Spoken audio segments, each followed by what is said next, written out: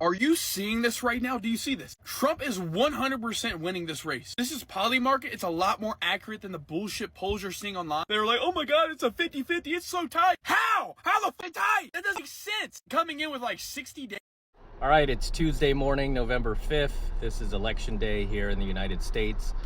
And a lot of you guys have asked me for my prediction on who is gonna become the next president of the United States, the 47th president of the United States. And my prediction, based on the betting odds, I don't follow the polls, all right? Because the polls are saying everything is tight and it's a close race. I don't believe that at all, according to the betting odds, which is normally a whole lot more accurate than any of these polls. And according to those betting odds, Trump is going to become the next president of the United States, okay? And it's not even close. I mean, he has, right now, I think the last I checked, and I've checked several of them. Polymarket is obviously the big one, and his likelihood of becoming president went down a little bit over the weekend because there was this Iowa poll that came out in Kamala's favor, saying that she is going to take the state. I mean, that was just a bogus poll, and that woman who does that poll usually is pretty credible, but I believe she really put her credibility on the line. And I mean, that would kind of be like saying Trump is gonna, take California, where I am. Yeah, that's not gonna happen, right? And the funny thing about it is, if only California, like native Californians who were born and raised here, were allowed to vote, this state would be not blue. Put it that way. It's mostly the people that move here from other states and other countries and whatever that become citizens, and then they vote that way. So in any case, yes, according to the betting odds right now, Trump has, I believe it's over 60% chance of winning the presidency, and also the Republicans also are more likely to keep the House, win the Senate. And so, I mean, it could be a full sweep. Now, could they be wrong? Of course. I mean, nothing is perfect, right? Of course they could be wrong. In 2016, though, I will say that while all of these polls were saying that Hillary had a 99% chance of becoming the next president, I mean, literally, I think it was CNN that said she had a 99% chance of becoming the president. The betting polls said otherwise. They didn't predict a Trump win either. However, they were probably the closest, where they said Trump has I think it was a little over 20% chance of winning, which is a whole lot better than, no chance, essentially, from what these polls were saying. And so, yeah, according to the betting odds, he will become president. And obviously, I believe it's Congress has to certify that, in January and all that. And I don't know, man. I mean, that's going to be a whole other hurdle to get over. I mean, that's going to be a whole other story, man. Yeah, we're super divided as a nation right now. And I believe this is probably going to be one of the most historical elections that you'll see for a long, long time, where it's just super contentious and people are just, again, we're just really, really divided. I don't see this happening so much in the future. I don't think there will be another candidate like Trump again for a long, long time. And so you're living through history. I mean, no matter what side you're on, hey, this is history right now. This is insane. This is going to end up in the history books. But yeah, regardless, the betting odds are saying he will win the presidency, and they're usually pretty balls on.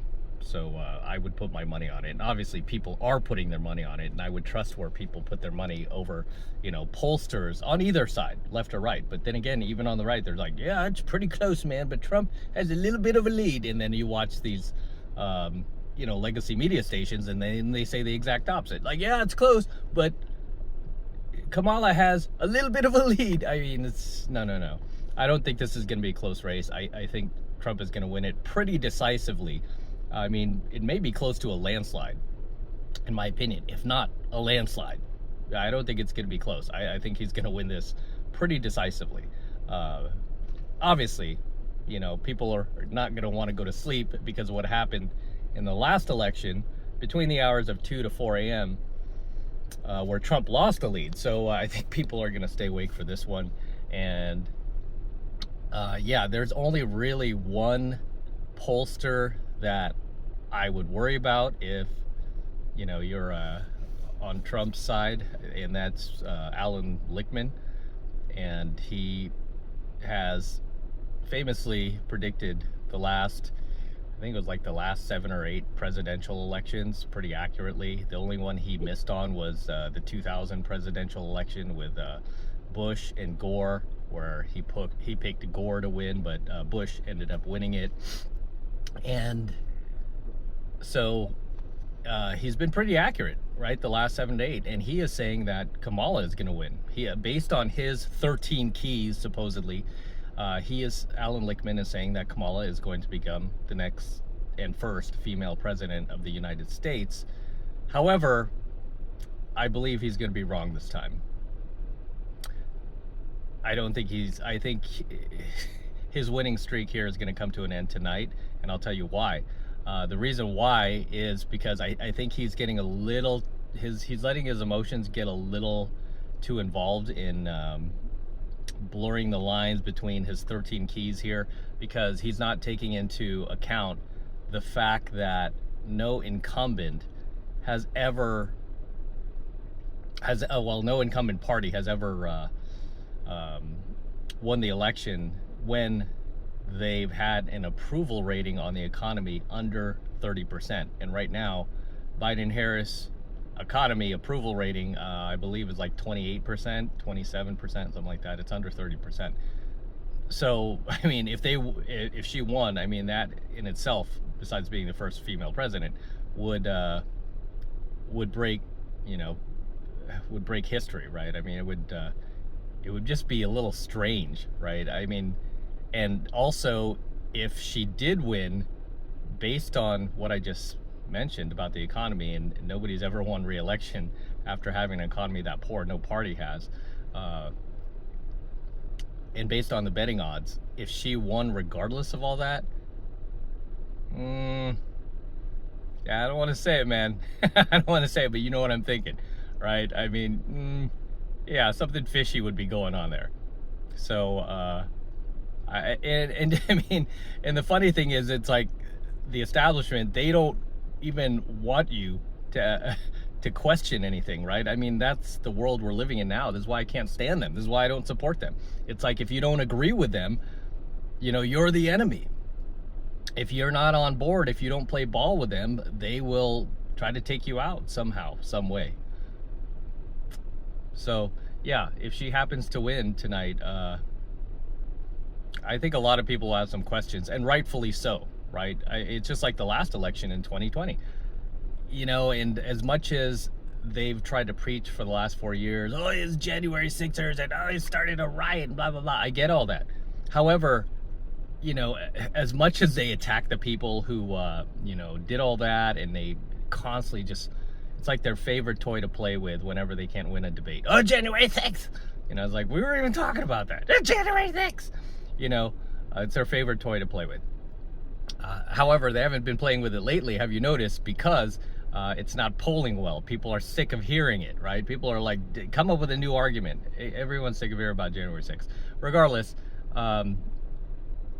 I feel like there were a lot of questions from that 2020 election that were not answered to this day. They're still not answered. Like, how did that happen, right? Because, I mean, because they were like, they always ask these candidates, like Trump or J.D. Vance or anyone on the right, like, do you think that election was stolen? Do you think it was fair? I mean, that's usually one of the first questions. It's like the gotcha question, right? And, based on the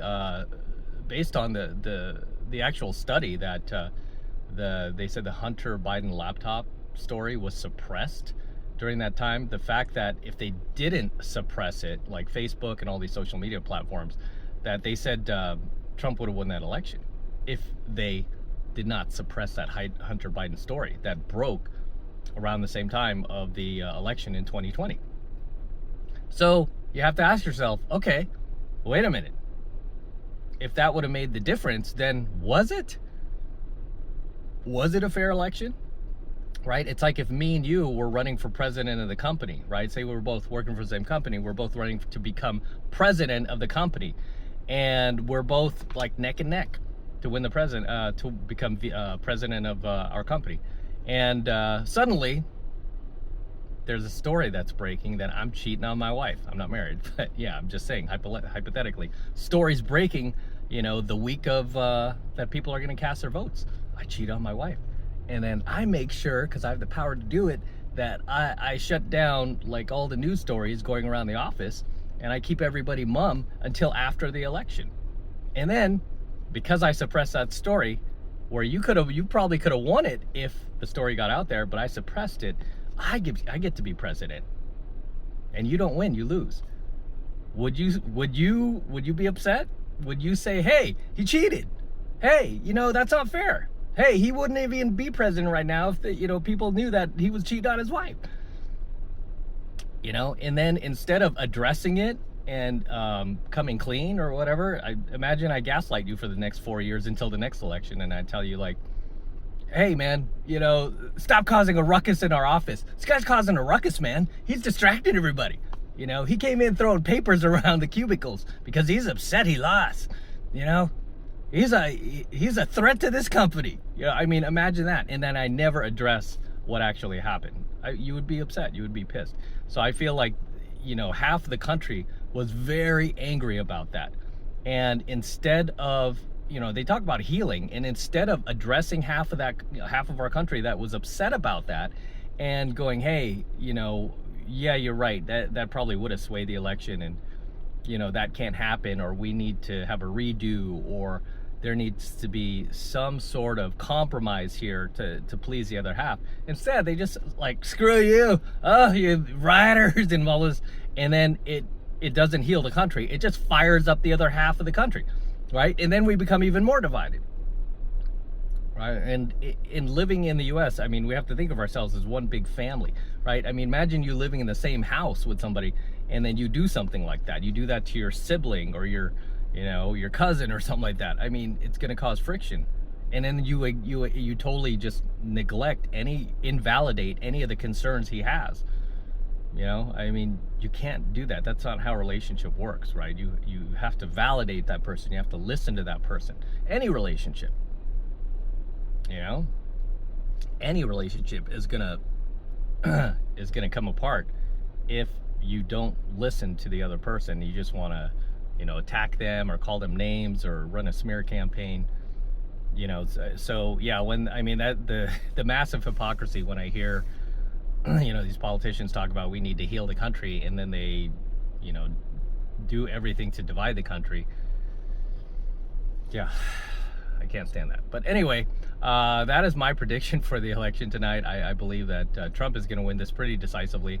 I will admit I was wrong in the 2020 election. I really believed he was going to win, and I did the same thing. I claimed that I said my prediction is that Trump is going to win, and he should have, really, based on that based on that story and a few other things that happened. But I'm not even gonna get into it, man. That's history, right? That's the past. And it's 2024 now, so according to the betting odds, I will say that Trump is gonna win. I believe he's gonna win. He has the momentum on his side. Alan Lichtman, I believe he's gonna be wrong for the first time in 24 years. And all these pollsters that's saying it's close, it's not close. No, it's not close. I believe Harris is losing, right? I believe she's losing by a lot. And the numbers show it, right? Even the early voting numbers, they show it. So instead of watching, like Fox News or CNN or, just go to the betting odds, man. Go to Polymarket, go to, what's the other one? Kalshi, how do you spell it? It's spelled like Kalshi. I also like to look at the Stossel website, the election betting odds. You could just put in election betting odds Stossel, John Stossel. I believe he runs that, but that pulls from all of those other betting platforms, and it gives a pretty accurate number. And even that one right now is at like 56, but the poly market is at like 60, I believe, for Trump. So yeah, I mean, like I said, I'll be very surprised if Kamala wins regardless. Yeah, that to me will be pretty fishy. So I don't know. Drop your comments below, guys. Let me know what you think. Who do you think is going to be the next president of the United States? Let me know your prediction. Drop the comment below.